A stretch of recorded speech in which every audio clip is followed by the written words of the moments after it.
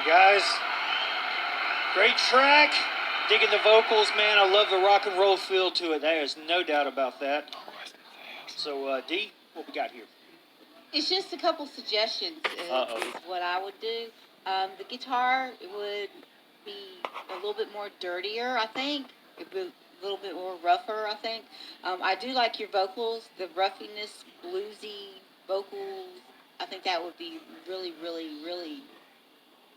I really liked that. I thought it was really cool on that part. And if you would add a harmonica to it, I think that would be really cool. That would be a really cool sound to it. But besides that, I thought it was a really cool track. I think that the mix could have did a little bit more work on it and master it could have been a little bit cleaner. I think that's about it. Bob. Here comes Bob. Okay. He just remixed it and remastered it. Okay. So, just to be honest with you, man, it's Shawn, right? Yeah, Shawn. Okay, Shawn, the mix isn't very good at all. I'm gonna be honest with you, man. I mean, we've been doing this. I've been doing this professionally for 40 years. I've mixed some of the biggest artists in the industry, still mastering some of the biggest artists in the industry. The mix isn't good. I would get it to a professional mix engineer, and let me tell you why. Okay, for your vocal, you need a very period-sounding vocal. Right now, it's got delays that are open, left and right. That doesn't need to be there. You need to have a slapback delay that's in the center of your vocal, which would be a lot more period-sounding, and in the 120 to 130, 140 slapback as far as the delay goes. Just a quick one, pow, pow. Nothing extra. You need a second vocal. You need to double up your vocal, and it needs to be underneath the vocal you have now, and it needs to have distortion or heavy saturation on it, but it needs to be tucked under the exact same vocal, but that down there. And when the most powerful part of the chorus comes in, you need to ride that up. Now, I know you're going, but Bob, those are just opinions. Trust me, okay? Trust me on this.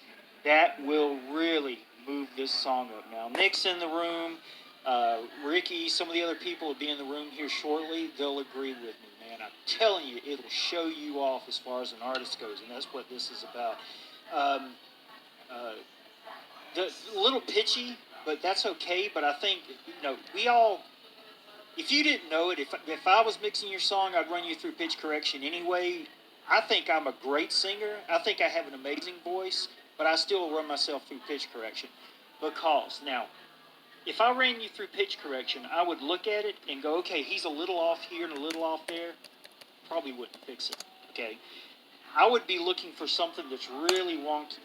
I might be looking for something, too, that I want to throw up out of pitch or move it down. A lot of times I'll move things flat. I never move anything sharp, but sometimes I'll move things just a little flat because it feels good. Because that's how we are as humans. We kind of move around a little bit as far as that goes. So that's what I mean by maybe moving stuff through pitch correction, and that's to keep you from having to do the performance over again, because you did a damn good job, brother. I'm just telling you. Shawn, you did a good job. Okay, the guitar, thank you. I think sound-wise, it could be a tiny bit more icky-gritty.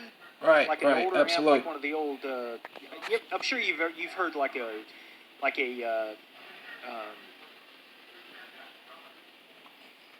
old Fender? Yeah, like a Fender Princeton or something like that. It's just trying to overdrive the channel on one of those. Right. And it's just not working well. One of those kind of sounds. That's what I'm saying, dirty. Yeah, maybe something open back. That kind of a sound. But I mean, you could get that sound if this already been recorded. Absolutely. You could definitely get that sound. Engineering. I understand that. So, but again, I think the mix needs fixed before you can get to the mastering part. So, cool. Mixing-wise, vocals are really loud. However, this style of music, the vocals are loud, but I think they're a little bit over the top as far as loud goes. If you do the distortion trick I was telling you, the vocals don't have to be as loud, but they'll really stand out.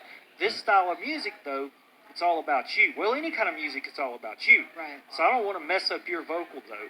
But now it's so loud, you can actually hear the room sound in your vocal, and you don't want that. You want to be able to get rid of that first, and then come in with a nice, clean vocal and add whatever sound you want for the rest of the, to be able to determine what sound you're looking for is what I'm trying to say. So that's my personal opinion based on whatever I'm doing, for such a long time. But but again, if you need any more help, I'm available. But remember, these are all just ideas based on what I've been doing a long time. But if you think about it, go, you know what, Bob might be right, and sometimes I'm right.